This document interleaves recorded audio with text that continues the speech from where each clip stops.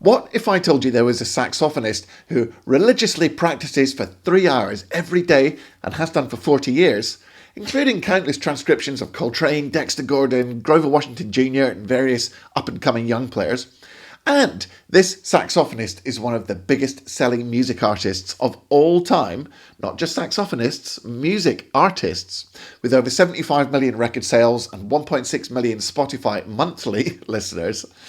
And what if I told you they had worked with Barry White, Jeff Lorber, George Benson, Aretha Franklin, Dionne Warwick, Frank Sinatra, David Sanborn, Burt Bacharach, and they were one of only 5 artists in history to have appeared in the top 40 every single decade from the 80s through to the 2010s. And on top of that, what if they had made numerous appearances on primetime TV shows, performed for the President of the United States alongside Mike Brecker, Jerry Mulligan, Tom Scott and Gerald Albright, and they were also one of the nicest, down-to-earth, humble people with a great sense of humour that you'd have the good fortune to meet. Do you think that's someone you'd consider a joke? Someone you'd make fun of? Someone not worthy of your respect as a saxophonist yourself? Well, folks, that person is, of course, the king of smooth jazz, Kenny G. And I'm here to tell you that after listening to his recent 2-hour podcast on Dave Pollock and Ryan Devlin's The Hang, I'm going public and saying that I think he's awesome. By the way, shout out to Ryan and Dave's Hang podcast, and you can get the link for that in the description. So, this reaction video is part tribute, part confession for me. Look, I'll just come right out with it. I used to be an awful jazz snob.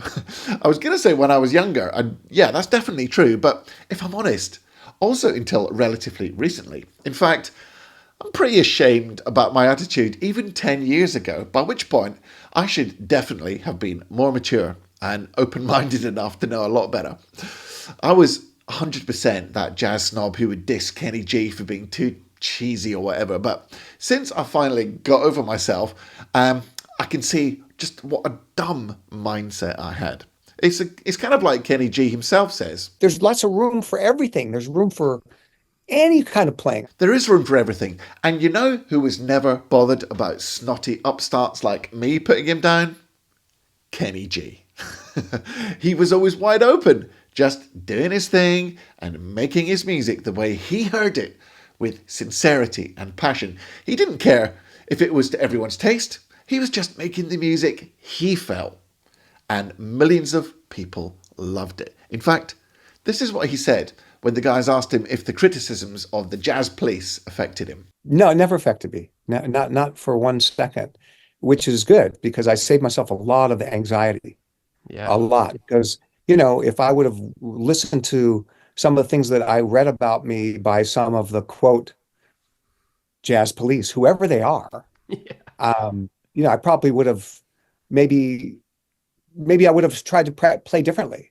I would have maybe tried to learn more traditional sax things. Maybe more standards. I don't know. Maybe I would have tried to write music differently, but that would have all been from my ego wanting to please these people more than what my heart and soul wanted to do musically. And so I'm thinking, okay, the Jazz Police are just, I think I kind of looked at them like they're not happy that I'm selling a lot of records, whatever. They just think of me as a pop guy that's maybe somehow turned his back on traditional jazz to make money.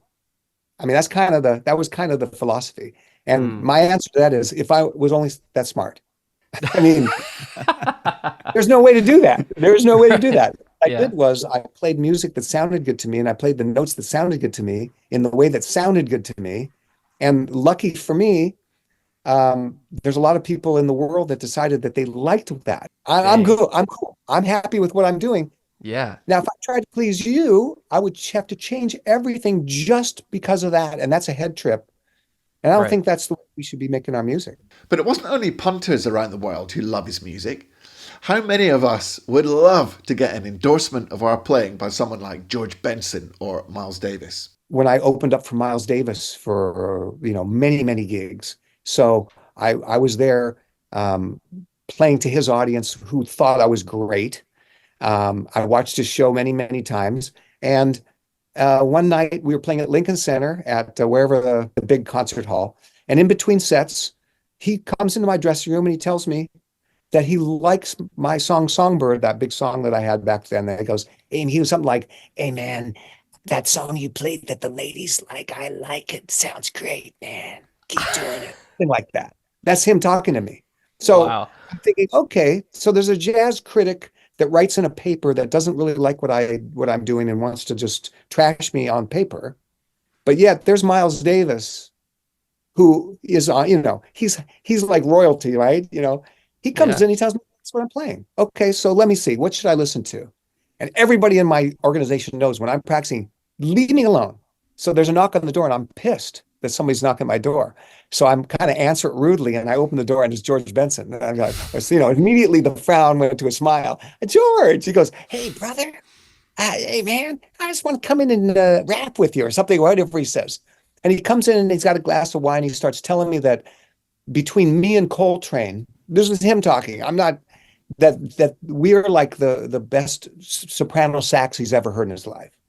And I said, can I record you saying that, please? I may need proof that you actually said that. So you'll have to believe me because I didn't record him. But so those are the moments when I think about worrying about what a jazz player or a jazz critic thinks of me. Is like, bro, come on. And for those newer Instagram jazz celebrities, he was transcribing giant steps on vinyl before the internet existed, before I was born even.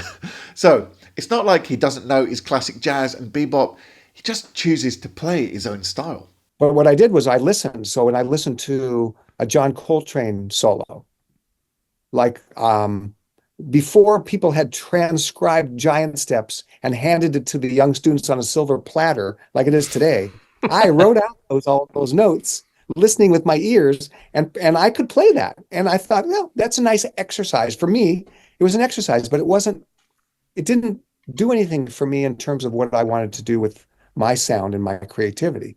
Mm-hmm. But I liked it. And so, but there was, there's a couple licks I took from that solo and they're part of my repertoire, and I listened to lots of people and from Miles to Dexter Gordon, and I listened a lot to Sonny Rollins, and there would be licks that I would take. So I knew how to play those things. Another thing about Kenny G that I was super impressed with is his work ethic and his dedication to music and performance. He still works at his horn for 3 hours a day and he's still curious and joyous about the process. Ironically, he's earnestly studying the young sensations on Insta and learning from them every day, while I'm sure some of these people, not Dave or Ryan, by the way, some of these people are the very jazz police who would diss him. How's that for who's laughing now? Every day I try to learn something new from all these amazing sax players that are out there. It's like, you guys are ridiculous, by the way. Oh man, it's inspiring to me. So yeah, so there's something for me to practice every day. I did put my 3 hours in this morning, like yesterday, like I did the day before, like I did all year, and the 10 years and the 30 and the 40 years before. Wow. So every morning it's like, I honestly am super psyched to get out of bed. I can't wait to start my practice session because I'm determined. Like that day, I'm determined that I'm going to get my tonguing the way I want it. I'm going to get my phrasing the way I want it. I'm going to do this the way I want it. And of course, I never can. So then the next day, it's like, okay, this is the day. And the next day, this is the day. And then every now and then, I'll play something that's really good. And I'll go, hey, I have this. And then as you know, like when you get like a lick or a phrase that you've always wanted to play, or you like the way it sounds, and that becomes part of your repertoire, and you just stick that in your pocket, and you could always play it perfectly anytime you want to. That's a good feeling. And unsurprisingly, even way back in 1987, when I was a 13-year-old snotbag picking up a sax for the first time, there was nothing wrong with Kenny's technique or the way he executed his ideas.